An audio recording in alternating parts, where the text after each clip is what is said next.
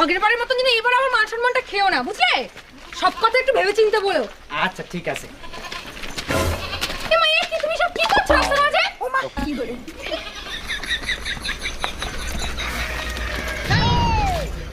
তুমি কি করে হাঁটছো? ঠিক করে হাঁটতে পারো না? ঠিক করে হাঁটো।